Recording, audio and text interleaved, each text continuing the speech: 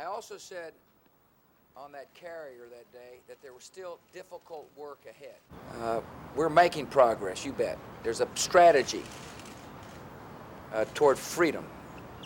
One of it, of course, is to continue to deal with those who are trying to stop the Iraqi people from realizing their ambitions of a free society. Whether it be in Fallujah or elsewhere, we will deal with them. Those few who are stopping the hopes of many. There's a political strategy. And the Prime Minister and I will talk about that over lunch, Mr. Brahimi's mission of putting together an entity to which we will transfer sovereignty.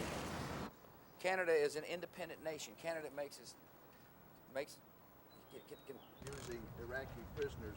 How are you going to win their hearts and minds with these sort of tactics? Yeah, I shared a deep disgust that those prisoners were treated the way they were treated. Their treatment does not reflect the nature of the American people. That's not the way we do things in America. And so I didn't like it one bit. But I also want to remind people that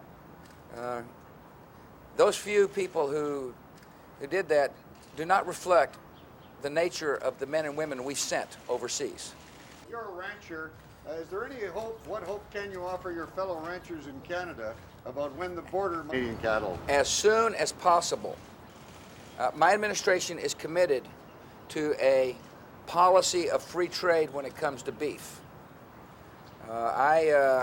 And we had a discussion about that today with that subject today with our respective agricultural ministers, or secretaries as we call them here. And I assured the Prime Minister I want to get this solution, this issue solved as quickly as possible. And it's in our nation's interests that live beef be moving back and forth. It's also in our interest to make sure that we make decisions based upon sound science, which he fully understands. That's not the way the people are. It's not their character.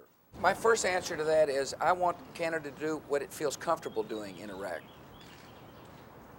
That's what I have told the Prime Minister before. Canada is an independent nation. Canada can make its decisions based upon her own judgment. The Prime Minister shares my deep desire for there to be peace in the world, and to the extent that the country feels comfortable in helping that, we're grateful. Well, thank you, Mr. President. We really did have a very, very good discussion. We discussed a wide range of areas, and we're going to continue over lunch. And we're doing it within the context of our shared values and the fact that we share much more than a continent. We talked about national security and Canada's new national security policy, which makes it very clear that we're going to defend the northern half of North America, and we recognize our responsibility to those in the United States with whom we share the continent. We discussed a number of issues between